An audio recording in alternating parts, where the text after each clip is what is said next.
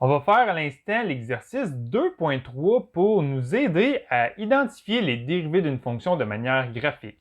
Donc, le numéro 2.3, on a la fonction qui est tracée en bleu ici et on cherche à savoir 4 dérivées ici. Premièrement, en A, on veut connaître la dérivée en x est égal à moins 2. Donc, graphiquement, ce qu'on doit faire, c'est tracer la droite tangente de la fonction au point x est égal à 2. Comment est-ce qu'on trace la droite tangente? On doit tracer une droite qui passe par le point x est égal à 2 sur notre fonction et l'angle du côté gauche de notre fonction doit être le même que l'angle du côté droit sur notre fonction. Donc ici, on doit avoir l'angle de ce côté-là doit être le même que l'angle de ce côté-là. En ce moment, visuellement, l'angle du côté droit ici semble un peu supérieur. Donc on va retracer notre droite, essayer d'avoir quelque chose d'un peu plus tangent. Donc, si je trace ça comme ça a un petit peu plus d'allure comme ça. Donc, si on a la droite tangente, et ce qu'on doit faire, c'est regarder quel est le taux de variation de cette droite tangente-là. Donc, on va calculer delta y sur delta x. Donc, delta y, pour chaque variation en y, on va avoir 1, 2, 3, 4, 4,5. En fait, c'est en négatif, donc on va avoir moins 4,5 pour une variation de 1 en x. Donc, on va avoir moins 4,5 sur 1. Et ça nous donne environ égal à moins 4,5. Donc, la dérivée de la fonction en x est égal à moins 2, graphiquement, ce qu'on obtient, c'est moins 4,5.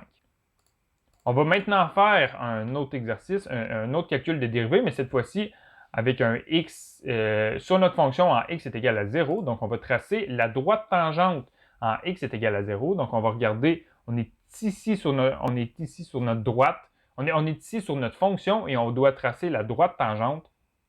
Donc, la droite tangente en x est égal à 1, en x est égal à 0, ça va ressembler un peu à ça ici.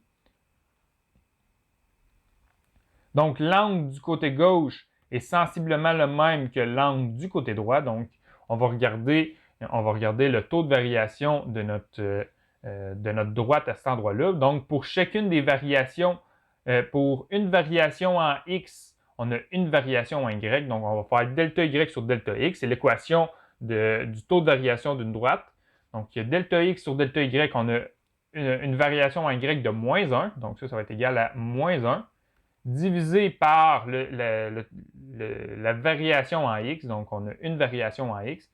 On va avoir moins 1 sur 1 qui est environ égal à moins 1.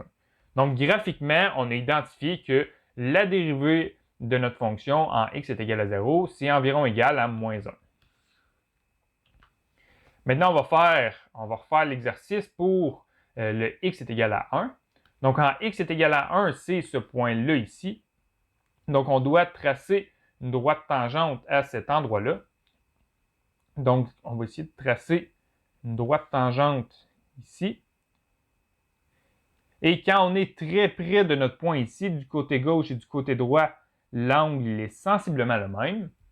Donc, on va regarder la variation en x et la variation en y, puisque l'équation du taux de variation de la droite tangente, c'est delta y sur delta x. Donc, pour une variation en y ici, donc, pour une variation en y ici, on va avoir deux variations en x. Donc, pour une variation en y ici, on va avoir deux variations en x ici. Donc, on va avoir moins 1 divisé par 2, ce qui nous donne moins 0,5. Et finalement, on va faire un dernier exercice ici. On va calculer la dérivée au point x est égal à 2. Donc, le point x est égal à 2, c'est ce point-là ici. Donc, on va essayer de tracer la droite tangente à cet endroit-là. Donc, la droite tangente, on va avoir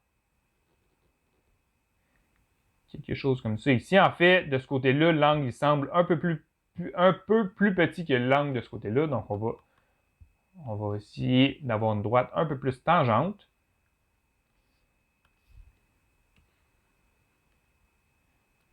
Donc, si on regarde ici du côté gauche et du côté droit, les angles semblent le même. Donc, on va regarder quel est le taux de variation de cette droite tangente-là. Donc, pour une variation en x, ici on va avoir 1, 2, 3 variations en y. Donc delta y sur delta x, on va avoir 3 divisé par 1, ce qui nous donne 3. Donc comment on fait pour identifier graphiquement la dérivée d'une fonction?